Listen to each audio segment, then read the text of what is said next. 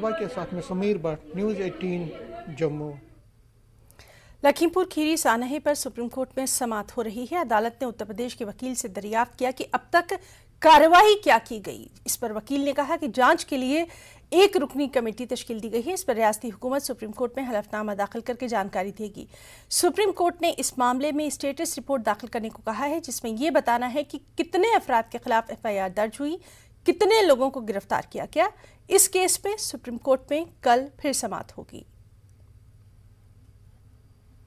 लखीमपुर खीरी में हुए हादसे को लेकर 2 वकीलों के द्वारा लिखे गए पत्र पर सुप्रीम कोर्ट ने स्वतः संज्ञान लिया।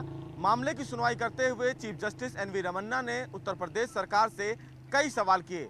सुप्रीम कोर्ट ने उत्तर प्रदेश सरकार से ये सवाल किया कि लखीमपुर का जो हादसा है, उस हादसे को लेकर उत्तर प्रदेश सरकार के द्वारा क्या कुछ कदम उठाए गए। वहीं सुप्रीम कोर्ट ने उत्तर प्रदेश सरकार से यह भी पूछा कि कितने ऐसे लोग हैं जिनके खिलाफ उत्तर प्रदेश सरकार ने FIR दर्ज किए और कितने ऐसे लोग हैं जिनकी मृत्यु हुई।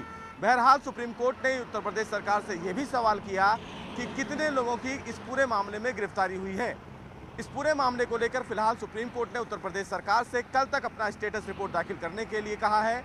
वहीं सुप्रीम कोर्ट ने मामले की सुनवाई करते हुए लखीमपुर खीरी के हादसे पर कहा है कि ये बेहद दुर्भाग्यपूर्ण घटना है। अब ऐसे में देखना बेहद अहम होगा कि कल इस पूरे मामले को लेकर उत्तर प्रदेश सरकार सुप्रीम कोर्ट में अपना क्या कुछ हलफनामा दाखिल करती है। लेकिन मामले की सुनवाई के दौरान सुप्रीम कोर्ट ने लखीमपुर हिंसा को लेकर चिंता व्यक्त की। वहीं मामले की सुनवाई के दौरान सुप्रीम कोर्ट में एक किसान की मौत के बाद उसकी मां के स्वास्थ्य को खराब करने के मामले में भी सुप्रीम कोर्ट ने उत्तर प्रदेश सरकार से ये कहा है कि उत्तर प्रदेश सरकार उस मृतक किसान की मां को मेडिकल इलाज मुहैया कराए और इसका खर्चा सारा राज्य सरकार वहन करेगी। वहीं सुप्रीम कोर्ट ने इन तमाम चीज़ों को लेकर उत्तर प्रदेश सरकार से कल तक हलफनामा दाखिल करने के लिए कहा है। वहीं सुप्रीम कोर्ट कल दोबारा इस पूरे मामले की सुनवाई करेगा।